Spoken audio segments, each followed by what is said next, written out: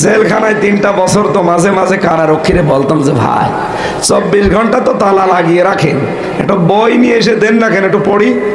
ওরে ছাতা, ওই শয়তান আমারে বই দিচ্ছে, বলছে এই নেন, খুলে দেখি বঙ্গবন্ধুর ছেলেবেলা। তো ছাতা পড়ি করবো কেন? পরের দিন বলছে হুজুর আমি ভালো বই নিয়ে আনবো। পরের দিন নিয়ে এসেছে বঙ্গবন্ধুর চীন সফর। একটু গরম দিলাম যে এবার কাজ পান না, তো ঠিক আছে ভালো বই নিয়ে আন, শিক্ষামূলক। পরের দিন নিয়ে এসেছে বঙ্গবন্ধুর আত্মজীবনী। এই আর বই পান না? বলছে এই ছাড়া আর লাইব্রেরিতে বই নেই, বই নেই।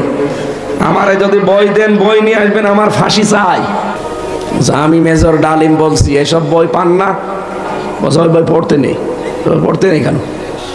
শেষে এক মুসলমান কারারক্ষীরে বলেছিলাম যে ভাই কিছুই যদি না পারেন, যেহেতু আমি যোগাযোগ বিচ্ছিন্ন, কিছুই করতে পারি না, এক কাজ করেন আমার জন্য একটা তাফসির এনে দিন। আল্লাহর ইশারা, আল্লাহ ওরে 2টা তাফসির এনে দিল, তাফহিমুল কোরআন আর ফি জিলালিল কোরআন।